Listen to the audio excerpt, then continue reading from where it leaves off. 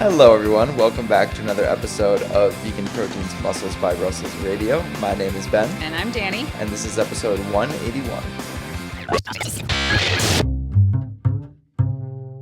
So, did you and Giacomo, when you guys just record, you guys are getting these backwards, but did you and Giacomo talk about your current training at all? We didn't talk about training so much. We talked about when was the last time I competed and what is my next shows. We didn't get too much into specifics, but we did talk about the fact that my last show was 2 or 3 weeks ago. You might probably not going to be able to see, but I still got a little tan here that you commented on. So sometimes it's like I'll find I still have a little patchy something here or there. It comes off in spots.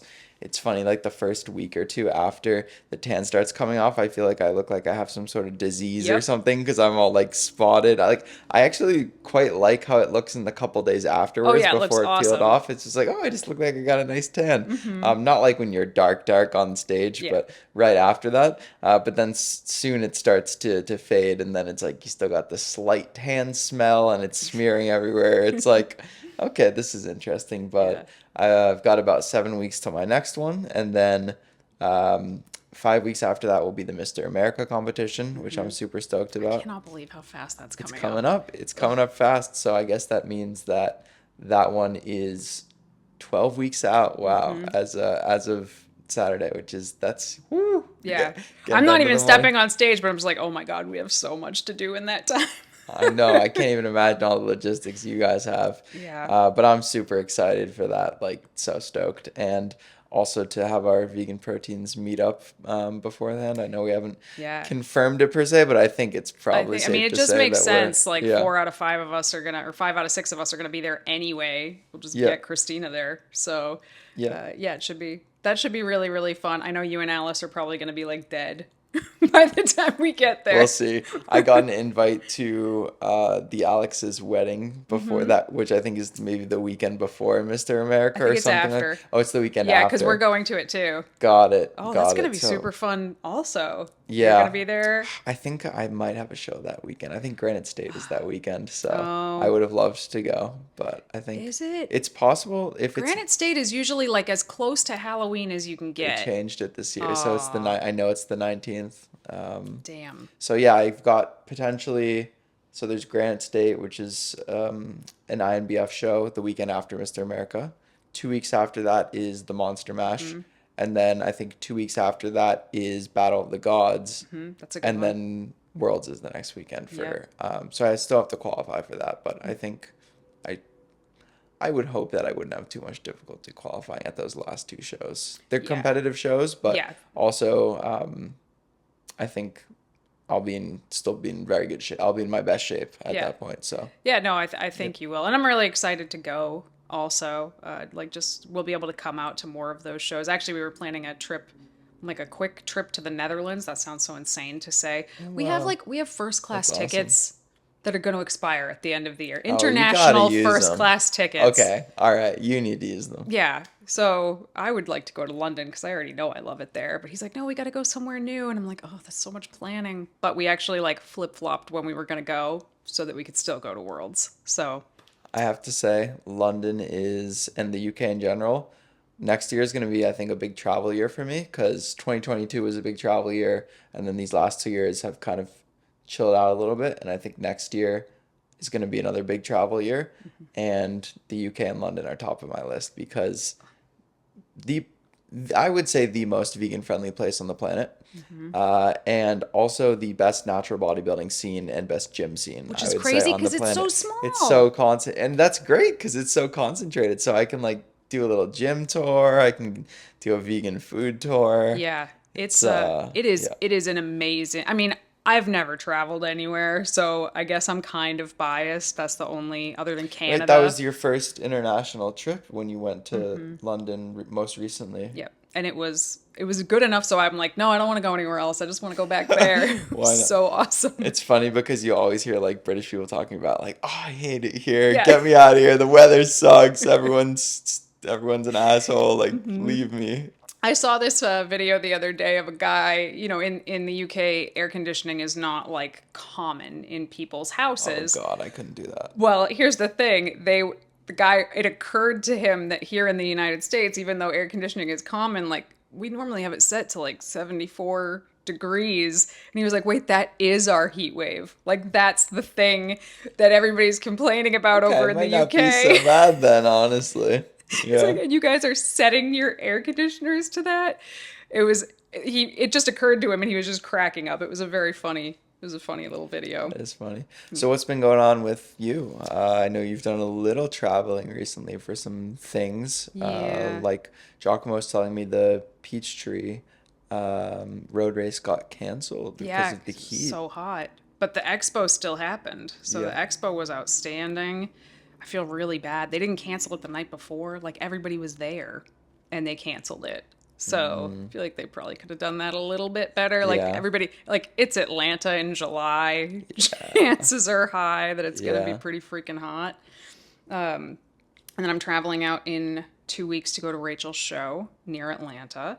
That should be fun. And then we're going to Denver a couple weeks later. Okay. So yeah, lots of travel stuff coming up, but I can't complain. It's all good stuff. It just all the trips make the year seem like they go by so fast. It's like freaks me out a little bit. But the last podcast you and I did together, we were talking about whole food plant-based diets and why that might not be like the best route for everybody. And people really liked that podcast. I got lots of feedback on that podcast. But one of the things we started to touch upon in that episode was this concept of orthorexia, and that's what I want this podcast to be about because it's an eating disorder that I feel like not a lot of people know about. They don't know how to recognize it, and a lot of people don't even think it's actually an eating disorder. Oh, really? Yeah, it's actually I double checked. It's not in the DSM-5 Okay. right now, so it's not actually technically a diagnosable eating disorder right now, but it's definitely going to be when they come out with the next one. So, yeah, you want to explain to people what orthorexia is? Yeah, I'll give kind of my, I guess, Gen Pop explanation. Gen Pop isn't the right word. My general heuristic for what I think it is, and then I don't know if you have the official definition for it, but essentially it is an obsession with eating healthy or eating nutritiously. And somebody could look at that from the outside perspective and say, "Oh, so what's wrong with that? What's wrong with wanting to eat healthy?" And I think that this is, funnily enough, something that I think you will hear when somebody maybe adopts a more bodybuilding lifestyle. And there definitely are instances, a ton of instances, and that's something that I did want to talk about is using bodybuilding or some of these other justifications to cover up the fact that you might have this thing. But for some people, tracking their nutrition and paying attention to what they eat might actually be very health promoting and totally healthy. And you'll get people who come from the outside, maybe somebody like a registered dietitian or somebody who's in the know, who's a friend or family member, who's maybe coming from a good place, maybe not. And they're saying, oh, you have orthorexia, you have Yeah. an eating disorder because you are so obsessed with what you're eating. You're like, no, dude, I'm just trying to like lose 20 pounds. Like I'm not that obsessive about that because I weigh things out on a scale. It doesn't have to be necessarily Right. like disordered eating or disordered behavior, but it definitely can be. So, Totally. I think it's hard to I think for me, so I think that the technical definition is something like being obsessed with food quality versus food quantity, which okay. is what a lot of the other eating disorders are about, like Yeah. anorexia, eating as little as possible, binge eating, essentially eating as much as possible in little bursts. But yeah, this one's more about food quality. But like you said, and this is what I hear from a lot of people in the vegan community specifically, is like, well, that's not an eating disorder. That's just wanting to be healthy. And there are people who just want to be healthy that are not exhibiting signs of an eating disorder, just like there are people exhibiting signs of an eating disorder that may very well not have it. I think a lot of it comes down to two things for me. Is this impacting your life negatively? And like, how do you feel about it inside? Because I think like you said, I'm just weighing stuff out because I'm like trying to step on stage. This is the sport that I love to do.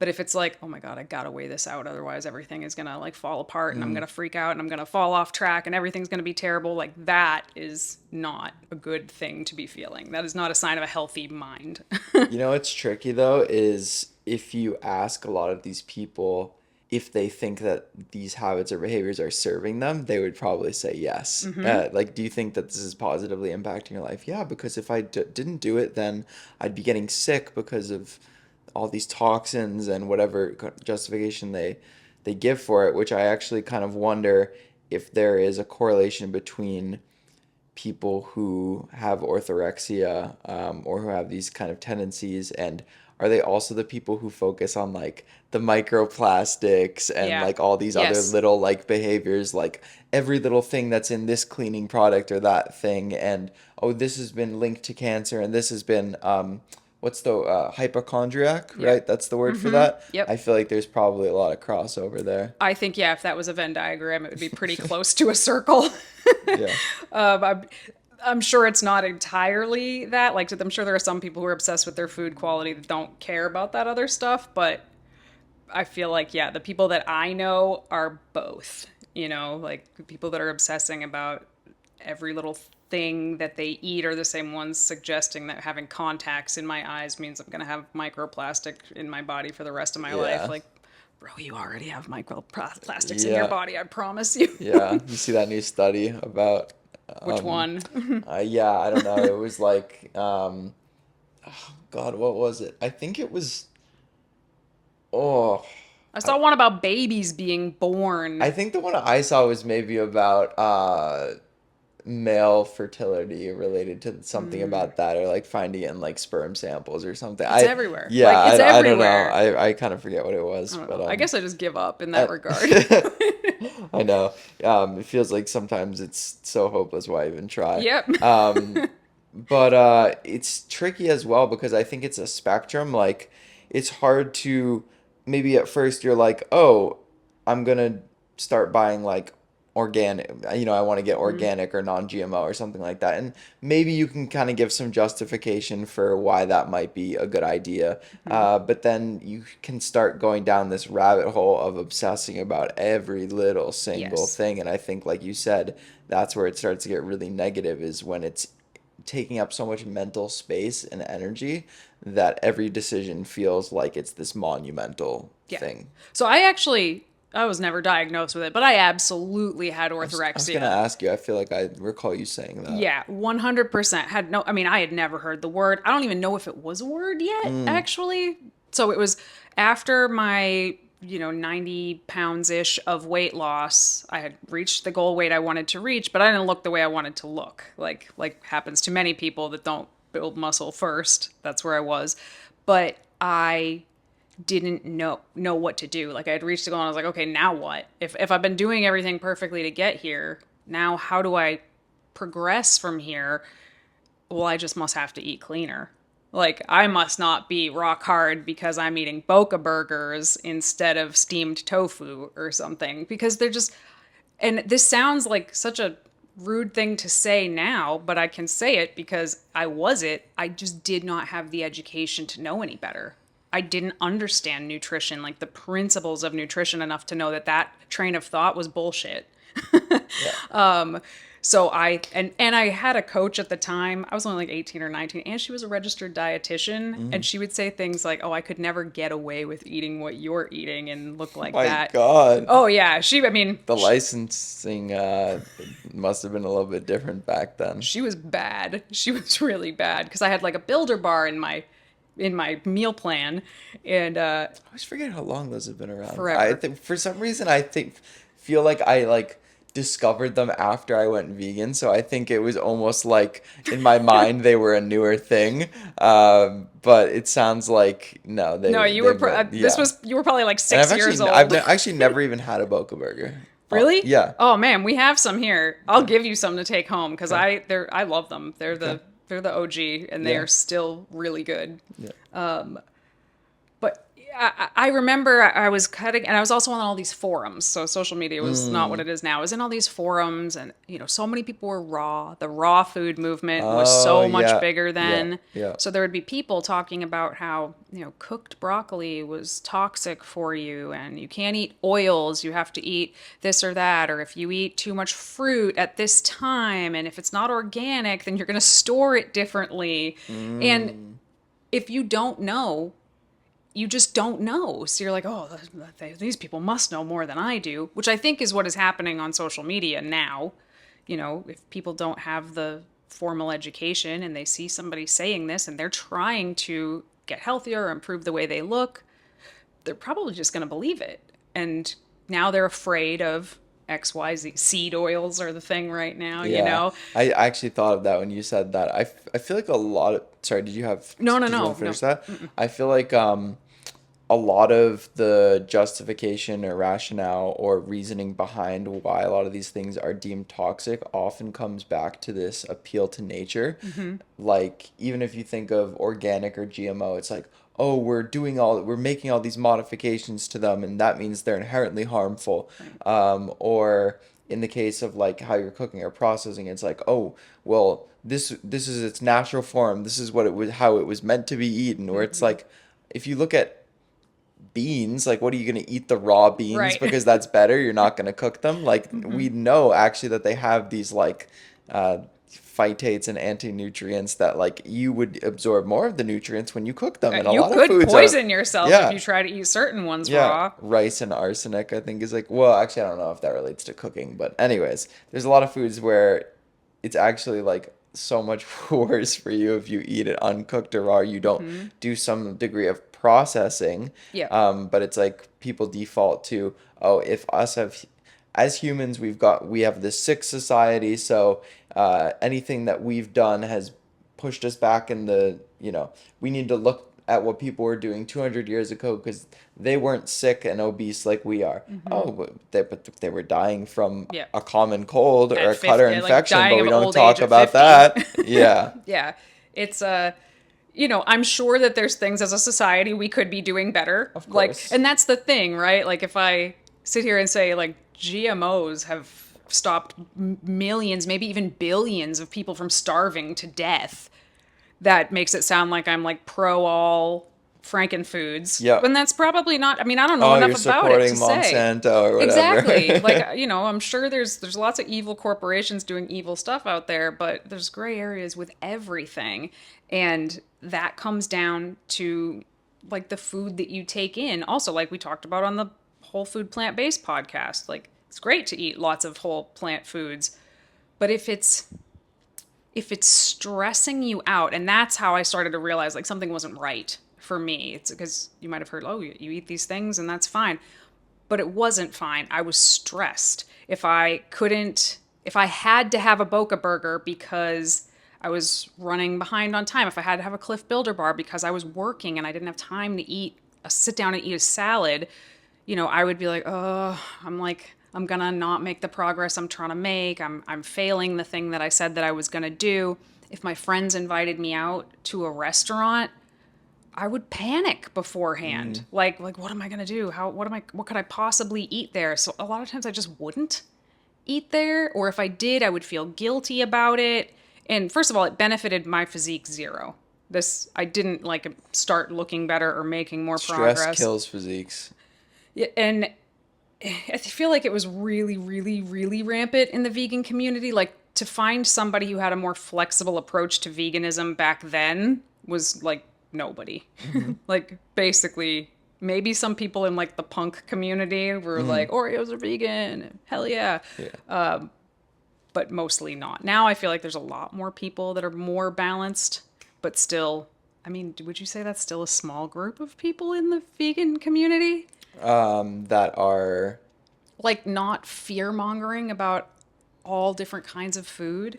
oh yeah, I think that when you identify as somebody who is going against the grain in some way, even if that's not your reason for adopting a vegan lifestyle, you are inherently doing that. And I think a lot of people then get sucked up into other, maybe they didn't go vegan for ethical reasons, and they did it as a health thing, and I think those people might tend to fall into more of like the fad or trend kind of types. Mm-hmm. Or even if you did it for ethical reasons, you still might. I think those people tend to be more the most sensible when it comes Mm-hmm. to like I think where you see this most is people who went vegan for health reasons. Yeah. That's where I see this the most, is because they become very dogmatic and tribal about it to Mm-hmm. the point where they can't even like say or like admit that, oh, actually there's some data showing that low fat dairy products and fish could have some, you know, helpful health benefits for Right. people. Because if you can't even like go down that If you rabbit hole can't with even people, acknowledge yeah, that there like is this data. yeah, like we have to be honest about what the data says and it doesn't say. Because if we start to use our, ethical biases to make these claims, or we just don't understand nutrition science and we're making these claims because we got sucked in, down a rabbit hole, Mm-hmm. then we're not helping the argument that we're making. And I guess to kind of come back, I think the issue with saying that you need to eat a certain way to be vegan, like you're not vegan if you don't eat this way, or like all vegans need to eat this way, is it just becomes more exclusionary for Yeah. people. And the more that we can just make it like a normal thing, like, hey, vegans eat Oreos, Yeah. vegans eat, we can have all these foods too. Mm-hmm. Um, that's another thing that I think is kind of an underrated undertone to this conversation. Yeah, definitely. And I think that when you're coming at it from an ethical standpoint, originally, I do think you tend to be more balanced because if there's a study, I've made the joke if there was a study that came out that said like eating babies would make me have the most gains possible, I still wouldn't eat babies because like that I do not believe in eating babies, but that doesn't mean these studies don't exist. When you're coming from an ethical place, you could say like, oh yeah, that look at these healthy people who do eat animal products. Like, okay, like good for them. This is possible, but I still don't want any part of it. But I was an ethical vegan, and I still fell down this Yeah. orthorexia Mm-hmm. rabbit hole, Mm-hmm. and oh my God, I was so stressed out all the time. Like, I remember crying in certain scenarios when I felt like I had failed or done wrong. And God bless Giacomo. He was a raw foodist when we met. Did you know that? Giacomo was I a feel raw like foodist for almost 4 years. maybe I've heard. I think on the Vegan Linked interview, I heard you guys mention that. Yeah. Yeah, he was hardcore too. At the time, he was absolutely the only raw vegan bodybuilder that was like stepping on stage. So, this just goes to say like you can achieve anything you want, really. I mean, he was pretty good too. Like people are like, "Oh, can you do vegan keto?" You can do it. Can you do raw vegan bodybuilding? You can do it. Yeah. I don't want to do it. Yeah. But no, he was older than me. I was 21. He was spouting all this bullshit about nutrition that made no sense, but I had big stars in my eyes and I was like, he Mm. must know.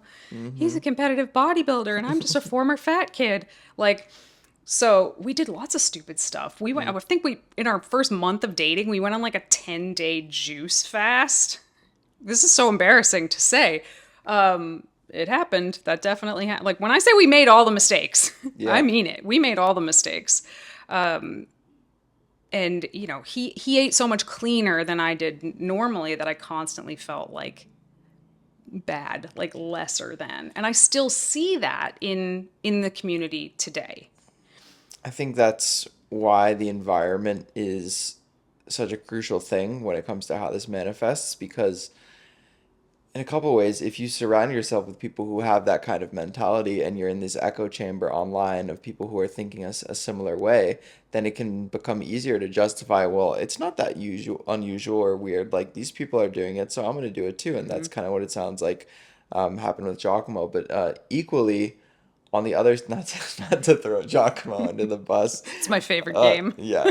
But equally, if you feel like you're the only one doing this kind of in your friend group, then it become, or in your immediate social circle, I could see how isolating that could feel. And Hmm. I could see it going one or two ways. One of two ways is, one is that you just kind of push yourself further into this isolation, and maybe you start to get bitter and say, well, no one cares about their health around me, so I'm just going to cut these people out of my life because Hmm. our lifestyles aren't compatible anymore, and so if they want to be sick and eat all these things, then I'm just gonna find people who agree with me, or I'm gonna not interact with them anymore. Hmm. Or you don't do that, and you, like you said, go out, but then you have these panic attacks about what am I going to eat, or you have all this guilt and shame Hmm. surrounding food and food decisions, and there just doesn't really seem to be a good outcome that can come from either of those scenarios. Yeah, and to the point that you made like at the beginning about the bodybuilding community, I know we were just talking a lot about the vegan community, but the vegan community and the bodybuilding community where they overlap. I feel like there should be some, that meme of like the two, like the Yes. handshake or something. Like there should be Yeah, something about that. definitely, 100%.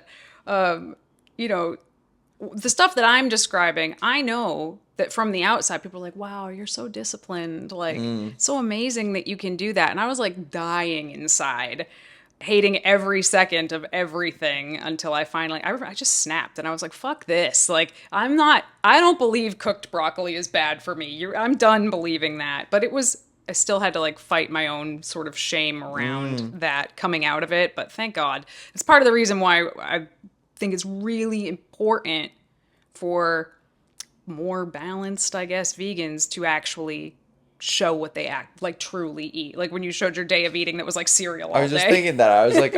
I feel like it's important for those of us who maybe people aspire to look like in particular to say, hey, maybe it's not necessarily an aesthetic thing for you. Maybe it's a health thing. That's fine. But having examples in every sector of people who, like you said, take a more balanced approach. Like, yeah, I eat a lot of fruits and vegetables, but I also sometime during phases of my life or at different times, I eat what some people would consider vegan junk food or vegan Hmm. processed crap or that's toxic or whatever it is.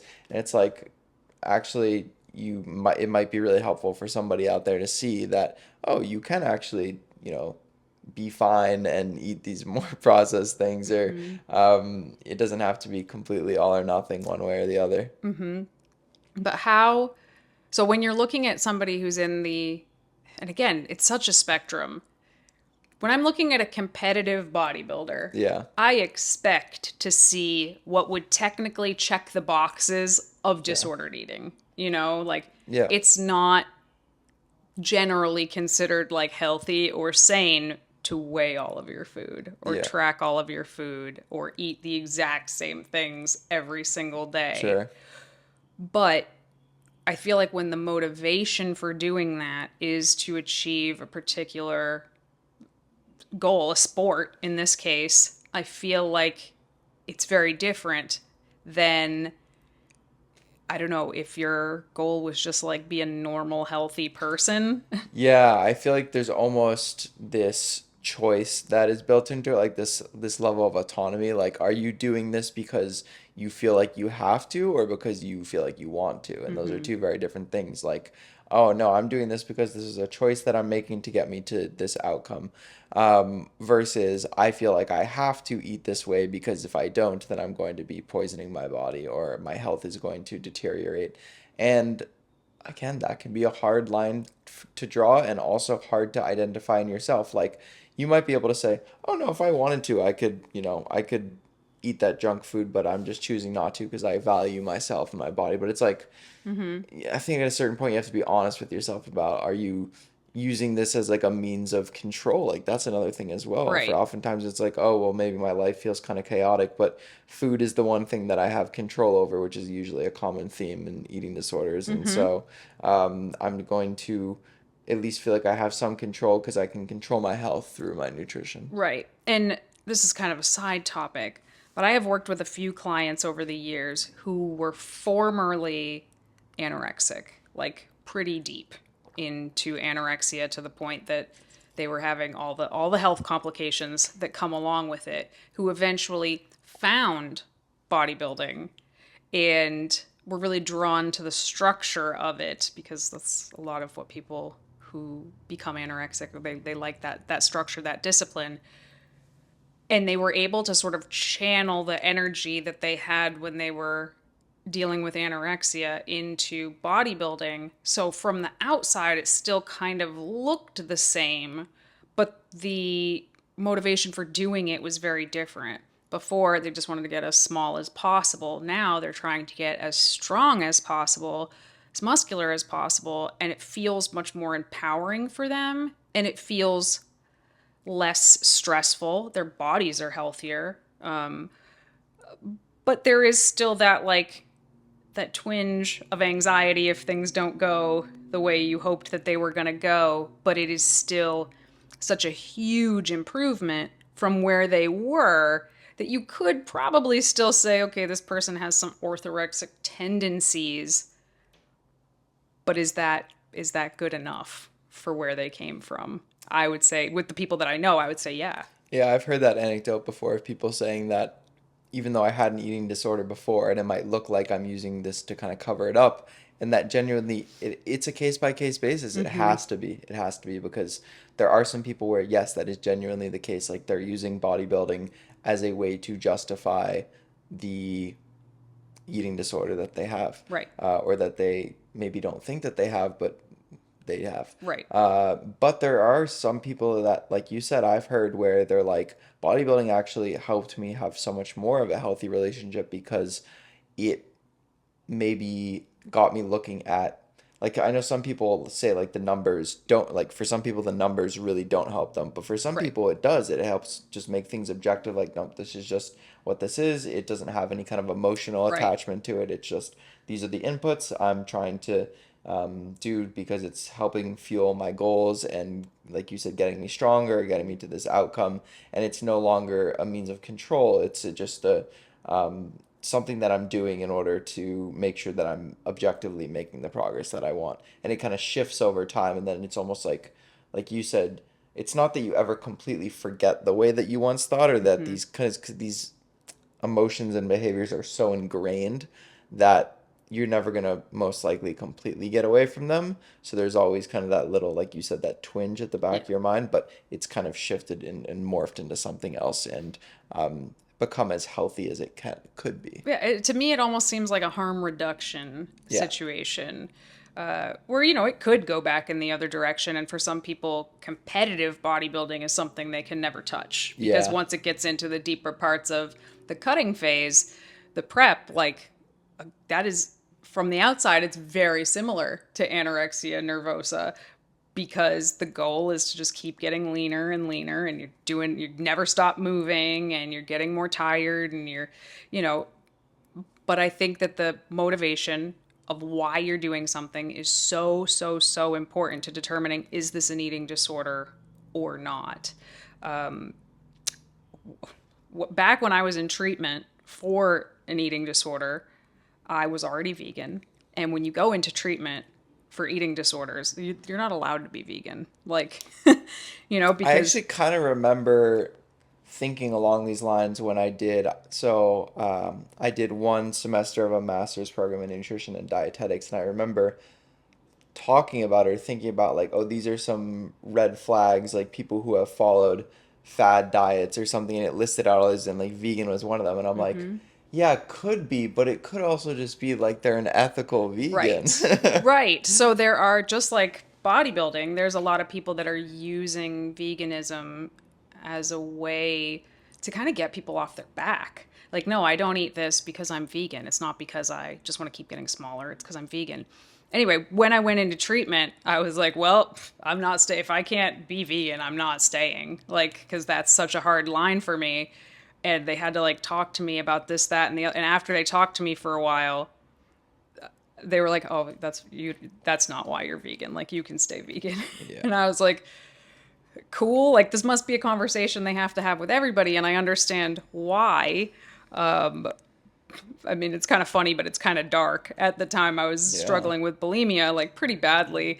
And I was like, listen, I could be in the middle of a blind rage binge and I'm checking the ingredient lists. Like, everything I'm having is still Yeah. vegan. You just got to believe me. Yeah. So yeah, they ended up letting that go. But I do think there's a lot of ways people can try to And I say try to hide their eating disorder. It might not even be a conscious thing. Yeah.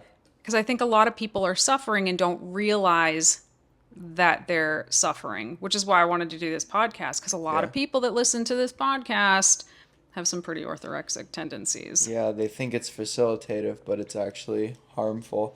And I think I would try to encourage somebody, especially let's say you're into bodybuilding, to only be as restrictive as the phase Requires. requires. Yep. Like if you're in a prep, you might not like want to limit the different number of foods that you're eating and the variation day to day because it makes it, and again, everyone's different. It makes it, some people find that monotony makes it so that I'm thinking about food less. I know what I'm gonna eat. I don't have to think about it. I'm not fantasizing about what am I gonna make for this next meal. How can I make it fit my macros? But equally, if you are somebody who feels like meal plans are overly restrictive, where it's like, okay, if I have to eat the same thing every day for a week, I'm gonna go Snap. crazy. I'm Yeah. gonna snap. So you have to know where you are on that spectrum. But that's very different saying like, oh, I'm gonna limit my food variety because it's gonna help me adhere to my plan better versus I'm gonna limit the number of foods I can eat because I can only have these 8 foods because they're the healthy foods, and Right. if I eat anything outside of that, then the diet's over. I've ruined everything, and Yep. guilt and shame are often what lead to these like binge episodes. Even if you don't necessarily have a binge eating disorder, you can Yep. still have binging episodes, and it might be because you feel like you have this arbitrary line in your mind that you've crossed, and now that you've crossed You it, might as well go all the fuck way. it, why not? Yeah. Yeah. Absolutely. And I really, that's how I approach most of my clients is I want them to be as not restrictive as they need to. And sometimes whatever goal we're working towards requires being restrictive of certain things. But I often tell people, it's like if we're going through a build and then I know we're going to go through a cut at some point, and I can tell they're kind of like white knuckling their way through certain things in their Mm, build. I'm like, you need to loosen up yeah. because I'm going to need you to find that willpower at some point. Like, you're going to need to dig into it. And if you use it all up now, it's going to be really hard for you to find it when you need it. So, chill, relax a little bit now. You don't need to be, weighing your protein powder in a build. Like a scoop is a scoop. We're going to just count it as a scoop. There may come a point where I need you to do exactly that, but this is not it. So, and some people just they just want to go hard. They just want to go hard right from the beginning. It's satisfying, I guess, in some way for some people. I don't want to do it.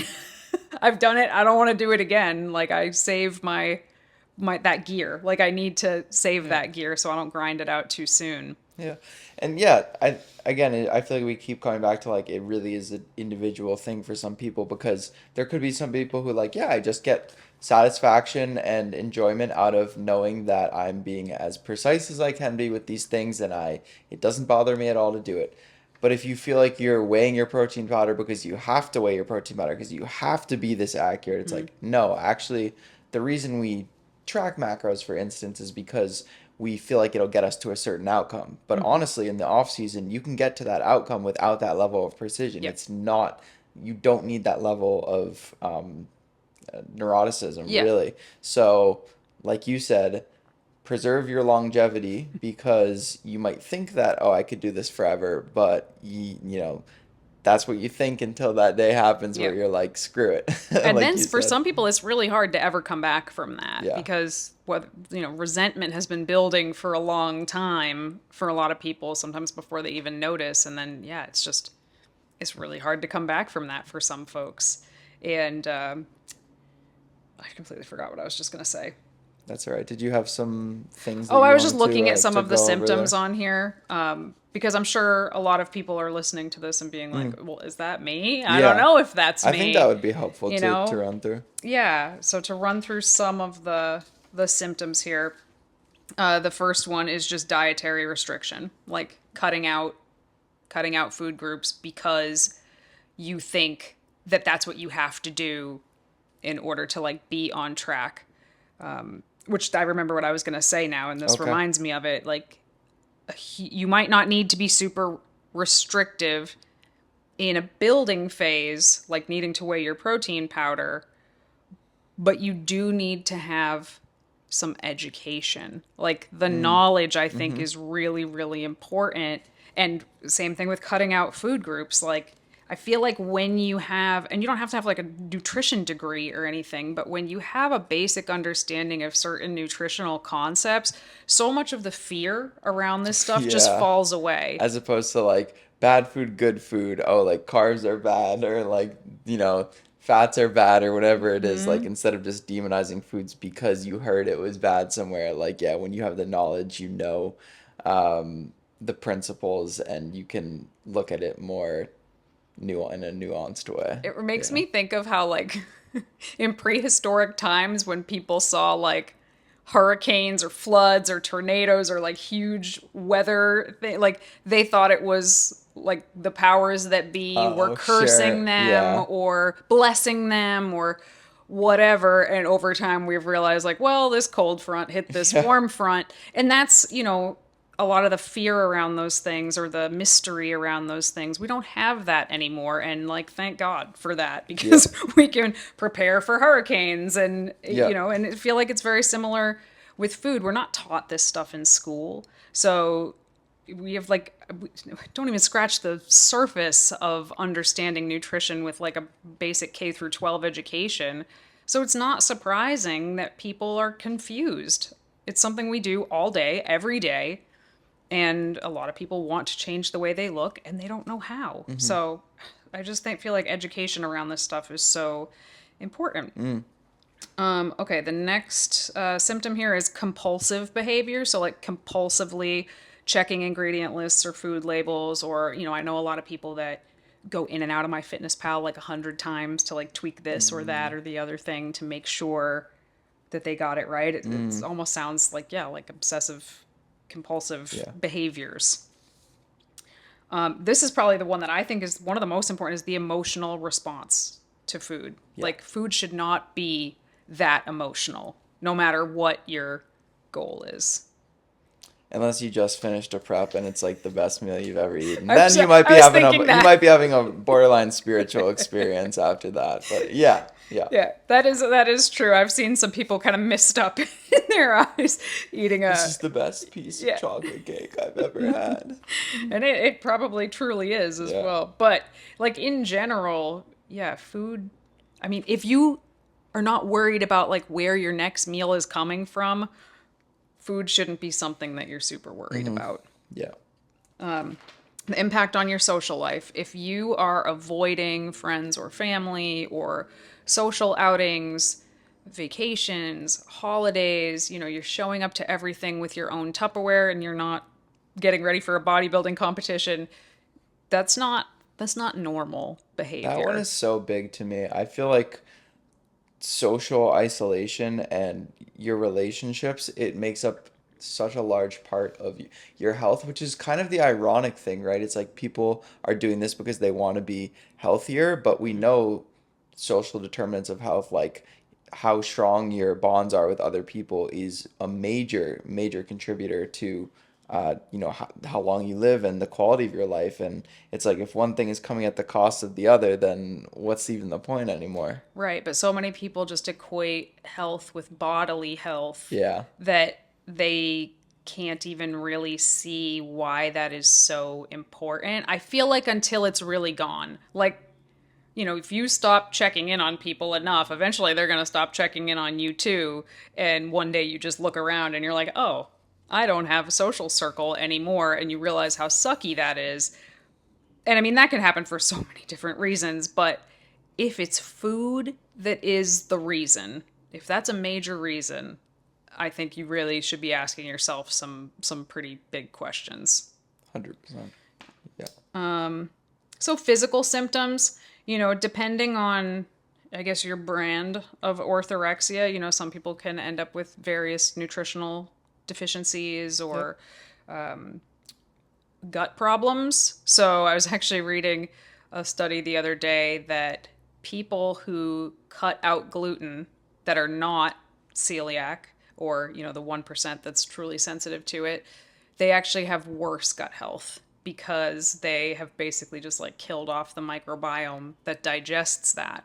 And A lot of people think they're going to cut out gluten and lose weight.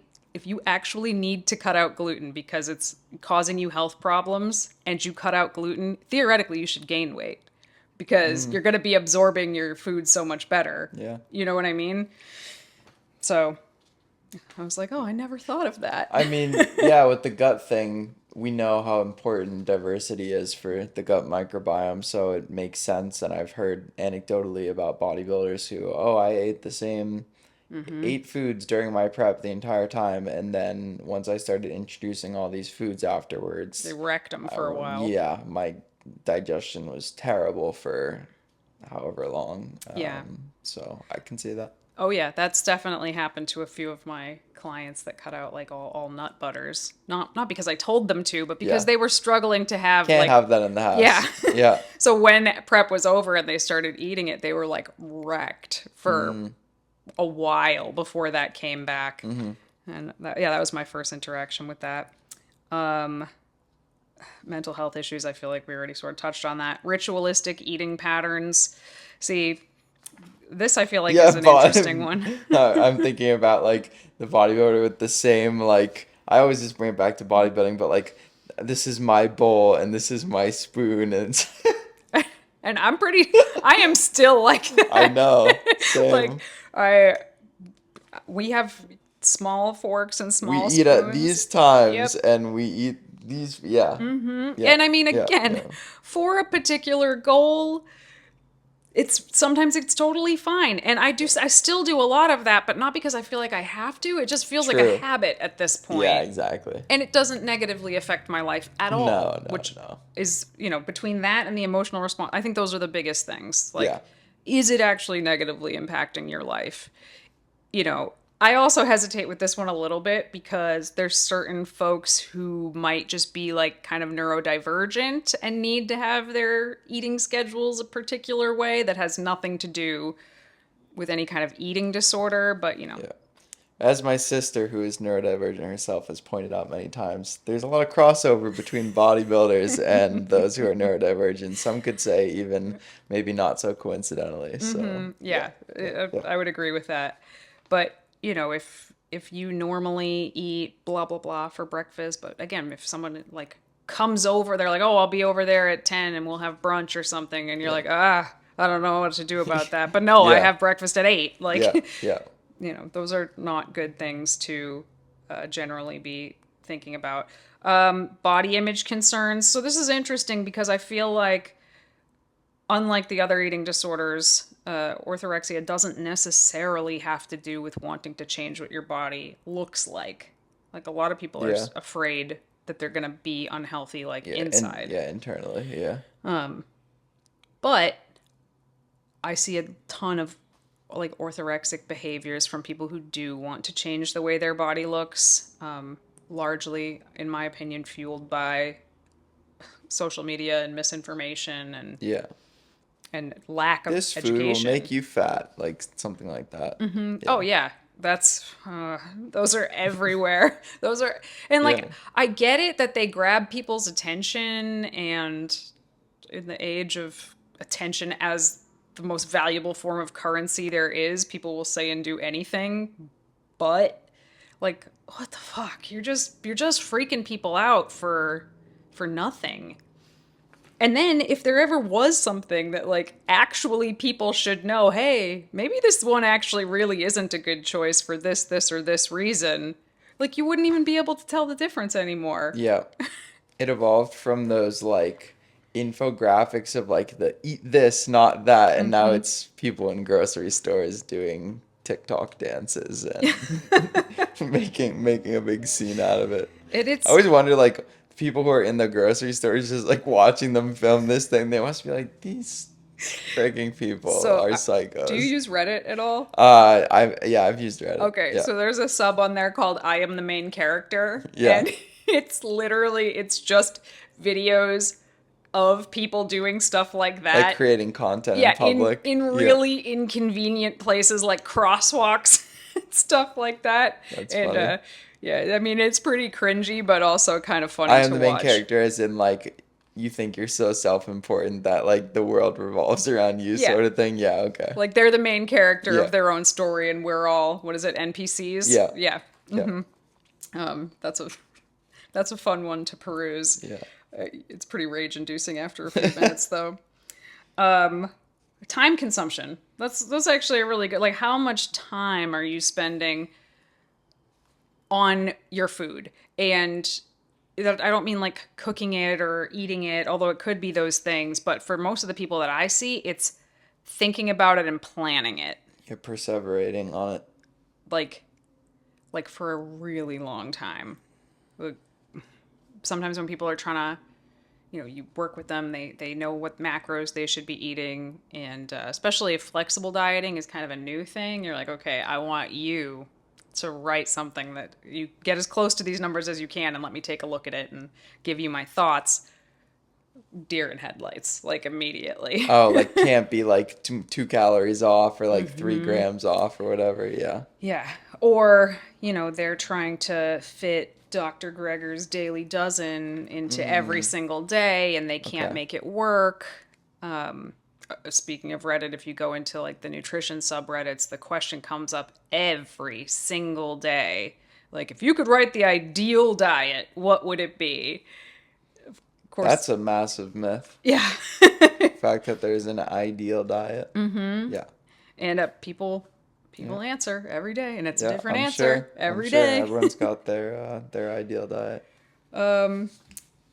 Behavioral change. So this would be more like, is this currently happening to you? Like, have you noticed that you are responding differently around food than you used to? Okay. So this sneaks up on people when they first get into fitness, I think.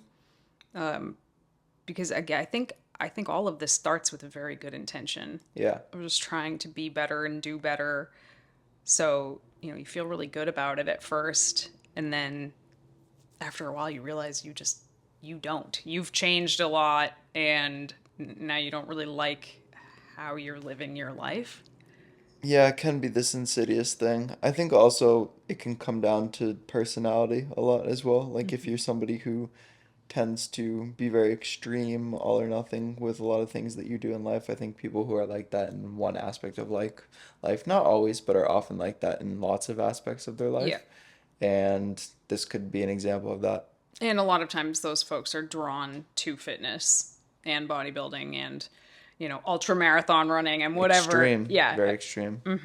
And they go for it. But, this one you got to be careful with because, like, maybe we said this at the beginning. I can't remember if we said it when we were recording or not. So it's not technically diagnosable right now, but I will be when the next DSM comes out, whenever the hell that is going to be. It's been like in the works for eternity now.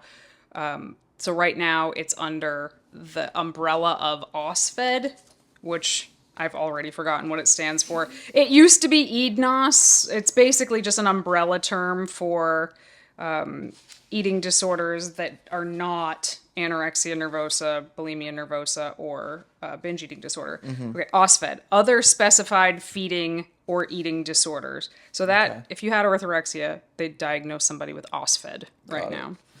But, eating disorders are also kind of a spectrum. That's why this category exists, because there's so many atypical presentations of all of the eating disorders that it can kind of, and that's what happened to me. It started as one thing and then it turned into bulimia, which I could explain that. Like, it actually makes a lot of sense. Like, I'm white knuckling and not eating so many things. And then, like you said, one day you just friggin' snap and eat all of the things. And the binge restrict cycle started. And that was much, much harder to deal with, I think. So I would say that it's my opinion that dealing with, treating, confronting orthorexia while it is still orthorexia is going to be a lot easier than dealing with if it leans fully into bulimia or fully into anorexia. Those are a lot harder, deeper eating disorders to deal with. So Yeah, I think it kind of comes back to what you were saying earlier about having good information, and potentially with orthorexia, it's maybe just like a lack of knowledge and education.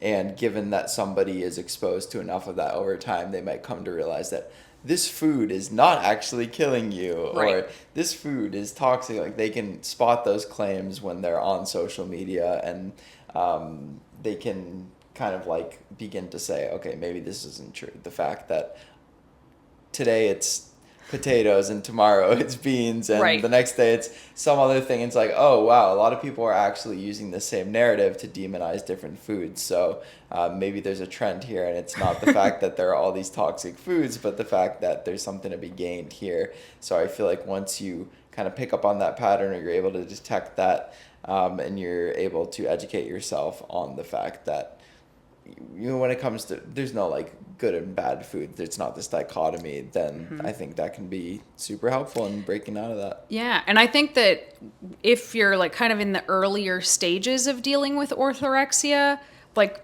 the intention is still very good. The intention is still, I want to be healthier, I want to do better. And if you're getting some sort of treatment for that, then it's just so much easier to just sort of pivot somebody from there versus if it gets worse, if it gets deeper, it usually will morph into a different eating disorder, and those can be just so ingrained that some people deal with them for the rest of their lives. So it's not something that you want to like wait and see. Like, oh, where is this going to go? Yeah, Just, especially if you start to have any doubt in the back of your mind of like, I wonder if this is healthy or not for me. Reach out to somebody, yeah. talk to somebody, whether that be a friend, a family member, a medical professional. Obviously, we can't diagnose things, but we're happy to answer any questions you have or concerns that you have. If you feel like, hey, is this something I should be thinking about more, that I should get checked out, that I should look into, or even, you know, what are the validity of these claims that people are making about Oh yeah. XYZ? What do you think about that? Definitely. Send all of those to me because I love to. I mean, if it's not going to start an internet war, I love to respond to Let's start an a lot internet of war. That sounds fun. Let's get involved in some drama. We yeah. stay out of it too much. We got to get involved more. I actually, it's probably already out by now, but I made a reaction video to a Mike Israetel video from 2 years Oh, ago. I had never wow. seen it, but it was 10 reasons why you should go I vegan. watched that. Yeah, I had never Oh, I seen can't it. wait for that. So, yeah, some of his points were really fucking weird. I can't wait for that one. But I was still very impressed with the video on the whole. Anyway, yeah, like Ben said, we can't diagnose anything, but if you're like, hey, is this a red flag? Like, just shoot us an email. It's coach@veganproteins.com. Shoot us an email, be like, is this a red flag? I mean, we can at least tell you if we think it's a red flag or like a beige flag or something. Like, Yeah. just keep your eye on this thing because it can be such a slow burn the way some of these things start to happen. Again, coming from the best place possible. You kind of just touched on it. Maybe you want to talk a little bit more about what you should be looking for in social media posts to recognize if it is likely a bullshit claim. Yeah, I guess just people who speak in absolutes rather than probabilities, and have more of a black and white dichotomous view of nutrition. Or Like, use really inflammatory language. yeah. Whether that's saying that this is going to make you fat, or this is toxic, or this is going to give you cancer. This It's is like, poison. we know that there are general eating patterns that promote health, but it doesn't come down to a single food or a single meal. It never does.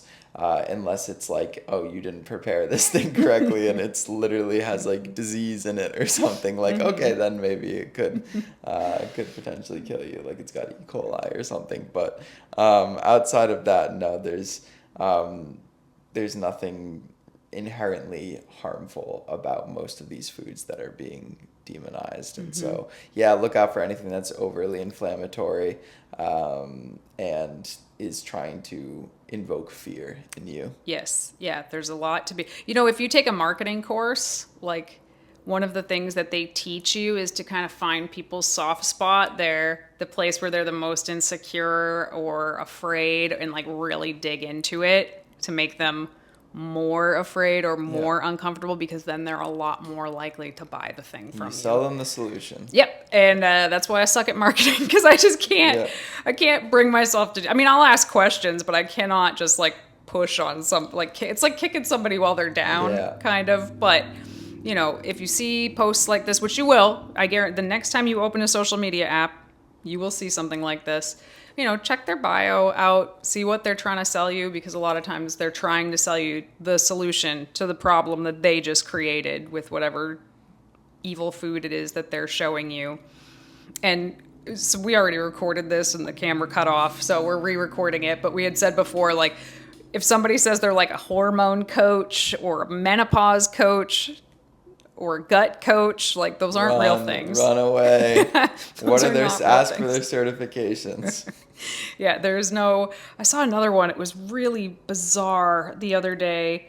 Oh man, I wish I could remember what it was, but it was just like, that's not even a thing at all. Like, that's some like buzzword thing that they made up to throw in their bio. Yeah, I wish I could remember what it was, but it was ridiculous. So, yeah, kids like we are certified vegan nutrition and bodybuilding coaches. Yeah. Like, I mean, technically that's true, but that's also not a thing. I mean, we can't really do much with that. Yeah.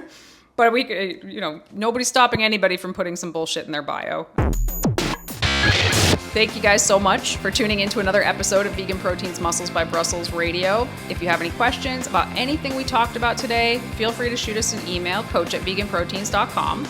And if you are interested in any kind of one-on-one coaching, also coach@veganproteins.com, or you could go to our website, fill out an application. Ben has some slots left on his roster, but I don't think he's going to for very long, so get on that. Follow us on Instagram, join our free Facebook group, Muscles by Brussels Radio, and hit us up if you have any suggestions or stuff you want us to react to.